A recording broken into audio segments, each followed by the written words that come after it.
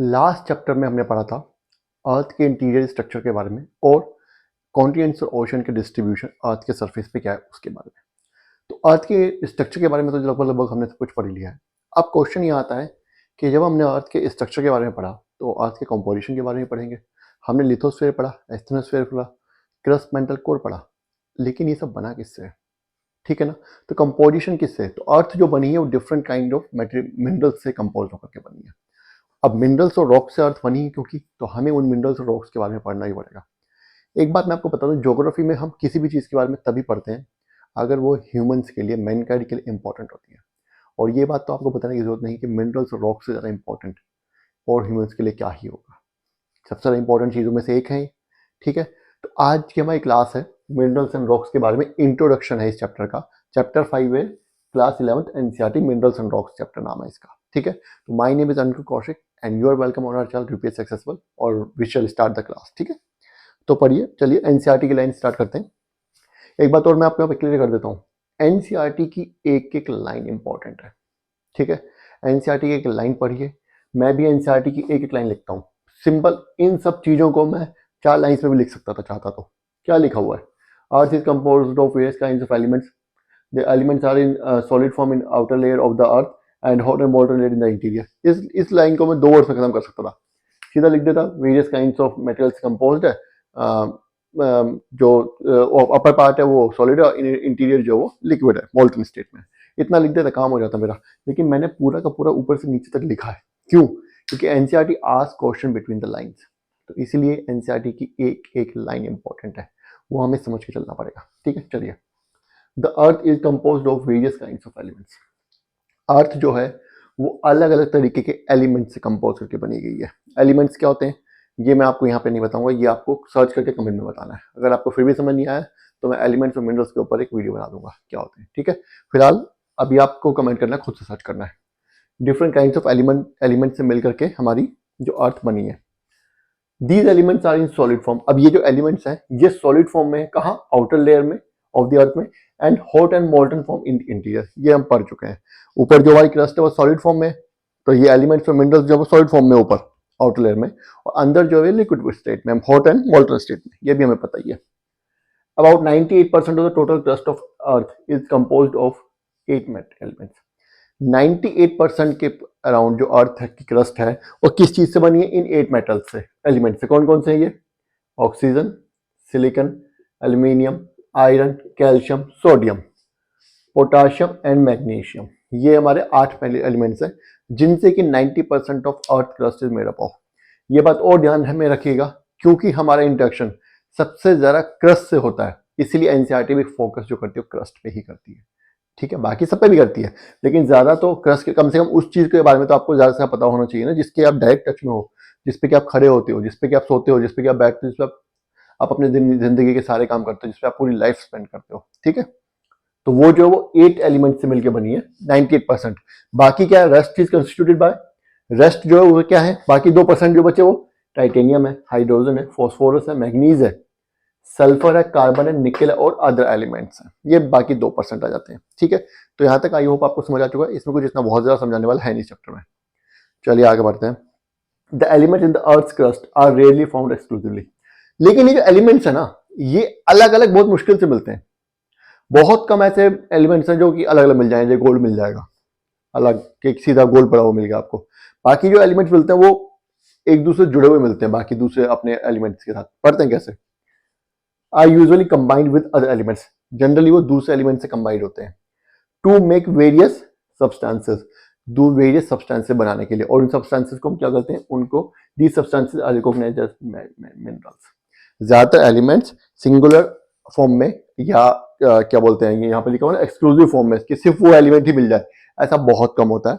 ज्यादातर दो या दो से ज्यादा एलिमेंट्स जो है वो मिलकर के एक मिनरल बनाते हैं, और जितने भी हमें एलिमेंट्स हैं मिनरल्स की फॉर्म में ही मिलते हैं जनरली, ज्यादातर। ठीक है, तो यहां तक आपको क्लियर हो गया।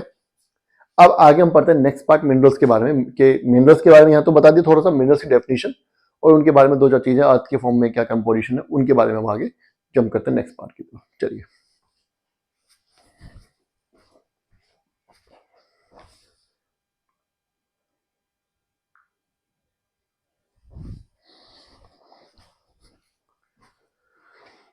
चलिए सबसे जरा मिनरल की एक साइंटिफिक डेफिनेशन पढ़ लेते हैं कि मिनरल की आखिर होता क्या है। क्या बोलती है NCERT? A mineral is a naturally occurring organic and inorganic substance. एक मिनरल एक नेचुरली प्राकृतिक रूप से मिलने वाला, नेचुरली मिलने वाला ऑर्गेनिक या इनऑर्गेनिक सब्सटेंस होता है। ऑर्गेनिक और इनऑर्गेनिक, ऑर्गेनिक और इनऑर्गेनिक में क्या डिफरेंस है? कार्बन कंपाउंड्स का। ये आपको पता होगा, नहीं पता होगा तो पता करके कमेंट कीजिएगा मुझे, ठीक है। Having an orderly atomic structure, जिसका कि एक ऑर्डर में, एक पर्टिकुलर ऑर्डर में एटॉमिक स्ट्रक्चर होता है। And a definite chemical property, एक डेफिनेट केमिकल कंपोजिशन होती है, not property, composition. And physical properties, और डेफिनेट फिजिकल प्रॉपर्टीज होती हैं, ठीक है। ये तीन चीज आपको याद रखनी है। क्या? नेचुरली ऑकरिंग सब्सटेंस है जिसका कि ऑर्डरली एटॉमिक स्ट्रक्चर होता है, एक पर्टिकुलर एटॉमिक स्ट्रक्चर होगा, डिफाइंड केमिकल प्रॉपर्टीज होंगी और डिफाइंड फिजिकल प्रॉपर्टीज होंगी। ये मिनरल की खास बात है, ये तीन चीज याद रखिएगा। ये भी याद रखिएगा कि नेचुरली ऑकरिंग सब्सटेंस है, ऑर्गेनिक भी हो सकता है, इनऑर्गेनिक भी हो सकता है, ठीक है। चलिए नेक्स्ट, ये मिनरल्स के बारे में क्या बोल रहा है? अब mineral is compose of two or more elements. एक मिनरल जो है वो दो या दो से ज्यादा एलिमेंट से कंपोज होकर बना होता है। यहां तक आपको समझ आ गया। लेकिन but sometimes single element minerals like sulphur, copper, gold, silver, graphite etcetera are also found. लेकिन कभी कभी सिंगल एलिमेंट से मिलकर जो मिनरल्स बने हैं, ज्यादातर मिनरल्स जो दो एलिमेंट से उससे ज्यादा एलिमेंट से मिलकर बना होता है, लेकिन कभी कभी सिंगल एलिमेंट से मिलकर बना हुआ मिनरल भी मिलते हैं। और इनके एग्जांपल क्या क्या है? Sulphur, copper, silver, gold, graphite. ये याद कर लीजिए वाली चीज है, प्रीलिम्स में यही सब क्वेश्चंस आते हैं, ठीक है। ये सब हैं, ये भी मिलते हैं, इस तरीके एलिमेंट्स भी, मिनरल्स भी मिलते हैं, सिंगल एलिमेंट मिनरल्स भी। अभी क्या बोल रहा है? Though the number of elements making up the lithosphere are limited. ये कह रहा है कि जो एलिमेंट्स मिलकर लिथोस्फेयर बनाते हैं उनका नंबर तो लिमिटेड है, लेकिन they are combined in different ways. लेकिन वो एलिमेंट्स अलग अलग तरीके से कंबाइन होकर के to make varieties of minerals, उन्होंने बहुत सारे टाइप के मिनरल्स बना लिए हैं। क्या कह रहा है कि एलिमेंट्स तो कुछ ही हैं जो लिथोस्फेयर में पाए जाते हैं, जो हमने अभी प्रीवियस पार्ट में पढ़े भी थे। मेजर 8 थे और बाकी उसके अलावा जो बताए गए थे। लेकिन वो मिलकर के varieties, thousands of types of minerals बना लेते हैं, वैरायटीज ऑफ मिनरल्स बना लेते हैं। कैसे? देयर आर एटलीस्ट 2000 मिनरल्स, 2000, कम से कम 2000 मिनरल्स तो हैं ही, दैट हैव बीन नेम, जिनको कि नाम दिया गया एंड आइडेंटिफाइड, और आइडेंटिफाई किया गया है। समझ रहे हैं कि 2000 तो बन ही रहे हैं कम से कम। एलिमेंट्स तो कुछ हैं, लेकिन उनके कंपोजिशन इस तरीके के हैं, अलग अलग तरीके से कंबाइन होकर के वो 2000 से ज्यादा टाइप्स की मिनरल्स जो हमें पता है और हमने उसको आइडेंटिफाई करके नाम दिया हुआ है in the earth crust. But almost all the commonly occurring ones are related to 6 major minerals.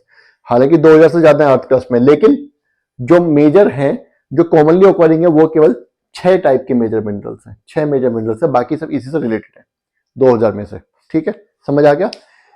That are known as rock forming mineral, और इनको हम क्या बोलते हैं? रॉक फॉर्मिंग मिनरल बोलते हैं।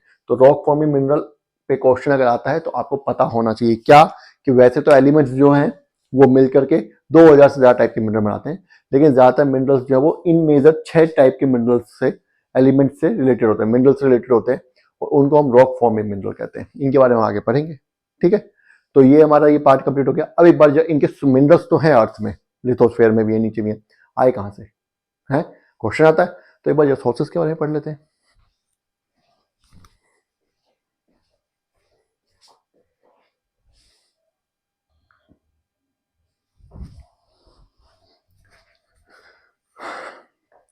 चलिए अब देखते हैं कि एनसीईआरटी जो हमारी वो मिनरल्स के सोर्सेस के बारे में क्या कहती है। एक ही चीज बोलती है कि सोर्सेस जो है वो क्या है, मिनरल्स आ कहां से रहे हैं? अर्थ के अंदर से आ रहे हैं, और कहां से आएंगे? ऑब्वियस सी बात है, ठीक है। कैसे? The basic source of all minerals is the hot magma. Hot magma से आते हैं सारे मिनरल्स। अब आप कहेंगे हॉट मैग्मा से रॉक्स कैसे बन गए? क्यों नहीं बनेंगे? ठंडे होने के बाद मैग्मा रॉक ही तो बनता है। देखिए कैसे। Is the in the interior of earth, basic source जो सभी मिनरल्स का वो हॉट मैग्मा है, जो कि इंटीरियर ऑफ अर्थ में जब वो ऊपर आता है, ऊपर आके ठंडा होता है, रॉक्स बनते हैं और उनसे हमें मिनरल्स मिलते हैं, ठीक है। ये सिंपल सा फंडा है। कैसे? व्हेन मैग्मा कूल्स, जब वो मैग्मा ठंडा होता है, क्रिस्टल्स ऑफ मिनरल्स अपीयर, और मिनरल्स के क्रिस्टल्स अपीयर होते हैं। And a system of series of minerals are formed, और एक system of series of minerals बनती है, अलग अलग टाइप के सिस्टम बनते हैं। कैसे? In sequence to solidify as to form rock. कैसे? इन सीक्वेंस में सॉलिडिफाई होते हैं टू फॉर्म रॉक्स। अलग अलग मिनरल अलग अलग टाइप के रॉक्स बनाते हैं, ठीक है। सॉलिडिफाई होने के बाद, पहले उससे पहले सॉलिडिफाई होने से पहले क्रिस्टल्स बनते हैं, ठीक है। उसके बाद वो एक सीरीज में सॉलिडिफाई होते हैं अलग टाइप के रॉक्स बनाने के लिए। समझ आ गया? यहां तक आगे चलते हैं। Mineral such as coal, petroleum and natural gas are organic substances. ये ऑर्गेनिक सब्सटेंसेस है, याद रखने वाली बात है, ये तीन ऑर्गेनिक सब्सटेंसेस वैसे तो पता ही होगा आपको। Found in solid, liquid and gaseous forms, जो कि रेस्पेक्टिवली सॉलिड फॉर्म में, लिक्विड फॉर्म में और गैसियस फॉर्म में पाया जाता है रेस्पेक्टिवली। मतलब कोल जो है वो सॉलिड है, पेट्रोलियम लिक्विड है और नेचुरल गैस जो वो गैसियस फॉर्म में मिलती है। इसका मतलब ये है। तो ये बात होगी हमारे मिनरल्स के बारे में, जो छोटी मोटी कहानियां बताई गई थी एनसीईआरटी, वो हमने पढ़ ली है। नेक्स्ट जो हमारा टॉपिक होगा वो होगा मिनरल्स के फिजिकल कैरेक्टरिस्टिक्स के बारे में। ठीक है, फिजिकल कैरेक्टरिस्टिक्स ऑफ मिनरल्स के बारे में नेक्स्ट हमारा टॉपिक है, वो हम अगली क्लास में कवर करेंगे। ये टॉपिक जो इंट्रोडक्शन था एक हमारा मिनरल्स एंड रॉक्स का, वो पूरा हो चुका है। मिनरल्स एंड रॉक्स से रिलेटेड जो छोटी मोटी बातें थी वो आपको पता चल चुकी हैं। अब आप ये चैप्टर पढ़ने के लिए तैयार हैं। ठीक है, तो ये क्लास यहीं पे खत्म करते हैं। कुछ चीज समझ ना आई हो कमेंट कीजिएगा, सब्सक्राइब कीजिए प्लीज और चैनल को लाइक कीजिए, बार बार हमारी वीडियोस को लाइक कीजिए। Thank you.